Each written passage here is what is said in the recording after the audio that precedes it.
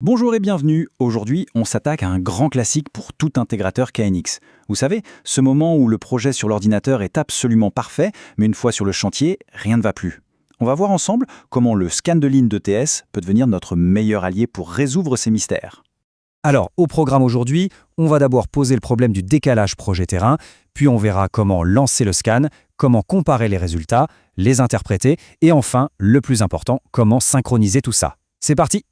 Bon, commençons par le cœur du problème, ce fameux décalage entre ce qu'on a soigneusement préparé au bureau et ce qui est vraiment branché sur le chantier. C'est le scénario typique et c'est tellement frustrant. Sur l'écran, tout est impeccable, chaque détail est réglé. Mais sur le terrain, l'éclairage du salon refuse de s'allumer, un participant semble avoir disparu. Bref, on se demande ce qui se passe réellement sur le bus. Heureusement, ETS a pensé à nous. Il y a une fonction intégrée vraiment conçue pour ce genre de situation.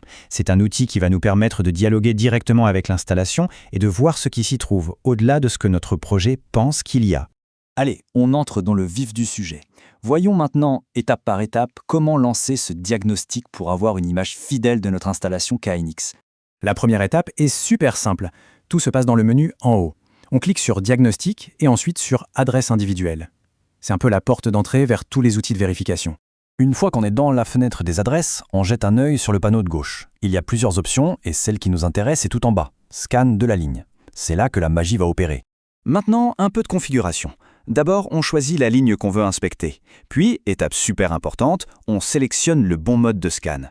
Évidemment, si la ligne est en paire torsadée et qu'on scanne en radiofréquence, on trouvera rien. Donc on choisit bien TP, RF ou Powerline. Et hop, un clic sur scanner et l'interrogation du bus commence.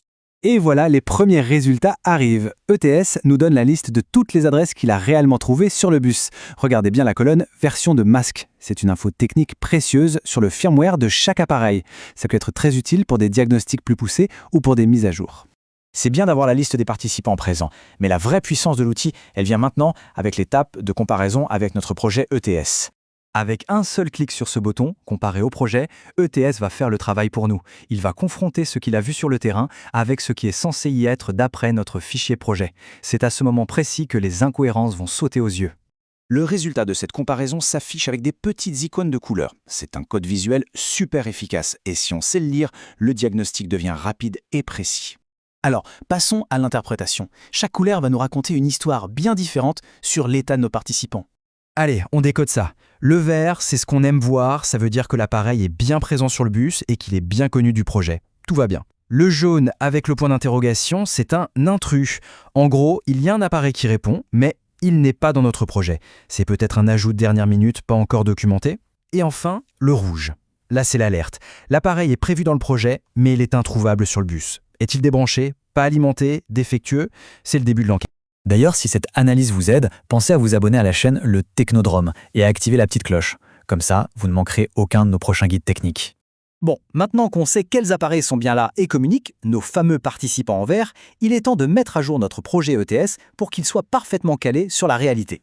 Regardez bien la vue topologique avant qu'on fasse quoi que ce soit. Pour le participant 1.3.3, dans la colonne ADR, il y a un simple tiret. Ça veut dire qu'ETS n'a pas encore la confirmation que l'adresse est bien programmée et que le participant répond. La solution est vraiment simple. On retourne dans notre fenêtre de scan et on appuie sur le bouton « Mettre à jour les indicateurs de programmation ». Cette action dit simplement à ETS « Ok, tous les appareils que tu as trouvés en vert, ils sont bien valides. Tu peux mettre à jour leur statut dans tout le projet. » Et voilà le résultat, c'est immédiat. La colonne ADR pour notre participant 1.3.3 affiche maintenant une belle coche verte. Ça y est, le projet reflète enfin la réalité du terrain. L'état de l'installation est validé et on peut continuer sur des bases saines. Donc pour résumer, tout ce processus de diagnostic se fait en 5 étapes logiques. On navigue vers l'outil, on lance le scan, on compare, on interprète les couleurs et on met à jour. C'est vraiment une méthode qui permet de résoudre très vite de nombreux problèmes de communication sur une installation KNX. Voilà, c'est tout pour ce guide sur le scan de ligne. C'est un outil vraiment essentiel, un vrai couteau suisse pour l'intégrateur KNX. La prochaine fois qu'une installation vous donne du fil à retordre, vous saurez exactement par où commencer.